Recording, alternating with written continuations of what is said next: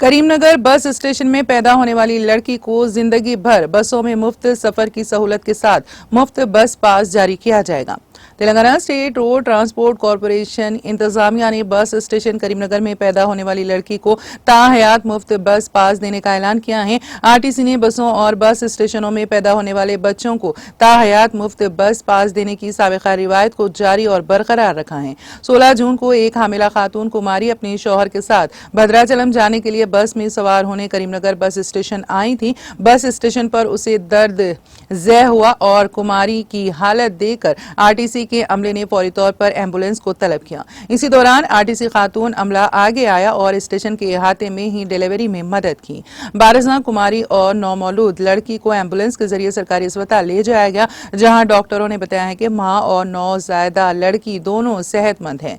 इंतजामिया ने करीमनगर के आरटीसी अमले को उनकी इंसानी हमदर्दी पर मुबारकबाद पेश की।